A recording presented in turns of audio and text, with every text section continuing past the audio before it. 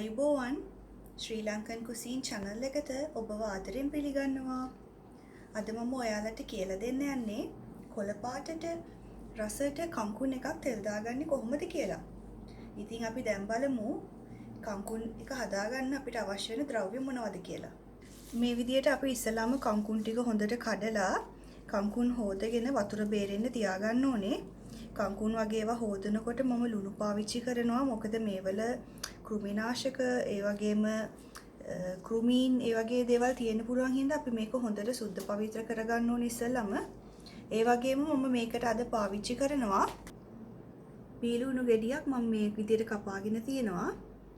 ඒ වගේම අමිරිස් කරල් 3ක් සුදු ලුණු බික් 6ක් 7ක් මම මේ විදිහට ස්ලයිස් කරගෙන තියෙනවා. ඒ වගේම රම්පේ කරපිංචා පොඩි තක්කාලි ගෙඩියක්. ඒ වගේම මම මෙතන අරන් තියෙනවා කෑලි මිරිස් තේ හැන්දක්. ඒ වගේම මෙතන අරන් තියෙනවා පොල් තෙල් මේස හැන්දක්. ලුණු තේ හැඳි කාලක්. අබ තේ හැඳි කාලක්. පොඩි කුරුඳු පොතු කෑලි දෙකක්. ඒ වගේම උඹලකඩ තේ හැන්දක්. උඹලකඩ ඔයගොල්ලෝ කැමති නැත්නම් ඔයගලන්ට මේක අයින් කරන්න පුළුවන්. මම කැමති උඹලකඩ දාලා හදන්න. ඒකින්ද මම උඹලකඩ තේ හැන්දක් පාවිච්චි කරනවා. ඒ වගේම කහ තේ හැඳි කාලක් මම පාවිච්චි කරනවා. දැන් මම මේ විදියට භාජනයක් ලිපේ තියාගත්ත අපේ කංකුන් එක තෙල් දාන්න. භාජනේ රත් වෙනකොට මම ඉස්සෙල්ලාම තෙල් මේස හැන්ද මේකට එකතු කරනවා.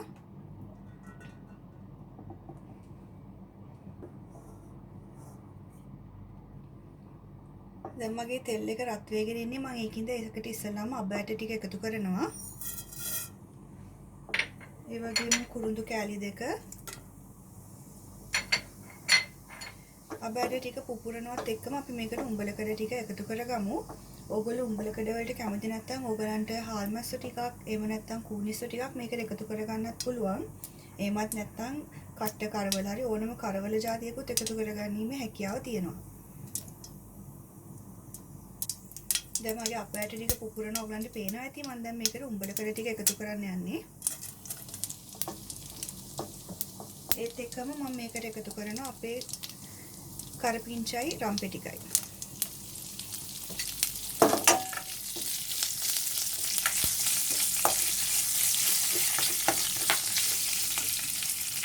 ඒත් එක්කම අපි මේකට එකතු කරගමු අපේ සුදු ලුණු ටික.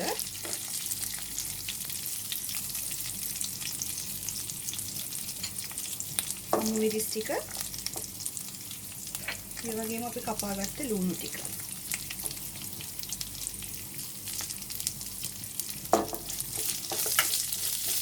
මේක හොඳට අපි රන්වන් පාට එකම පොඩ්ඩක් බැටගමු.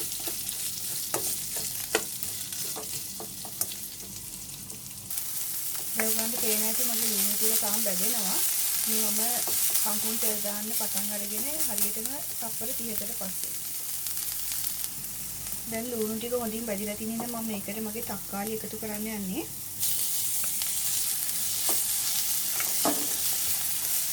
තක්කාලි ටික අපි පොඩ්ඩක් විතර බදෙන්න දෙමු.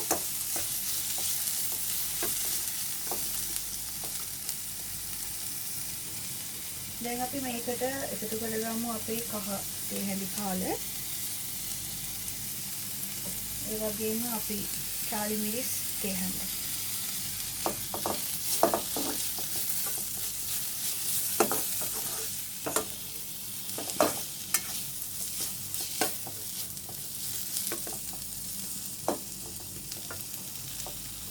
ඒ වගේම මම මේකට ලුණු තේ හැඳි කාලක් එකතු කරනවා.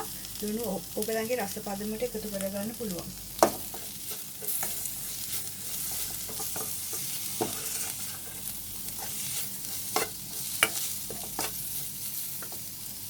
දැන් ඔයගලන්ට පේනවා ඇති මගේ ටෙම්පරාදුව හොඳට පදම් වෙලා තියෙන්නේ. මම දැන් මේකට කංකුන් එකතු කරන් තමයි ලෑස්ති වෙන්නේ. මම ඒකට හැන්දකුයි ගැරප්පුකුයි භාවිතා කරනවා කලවම් කිරීමට.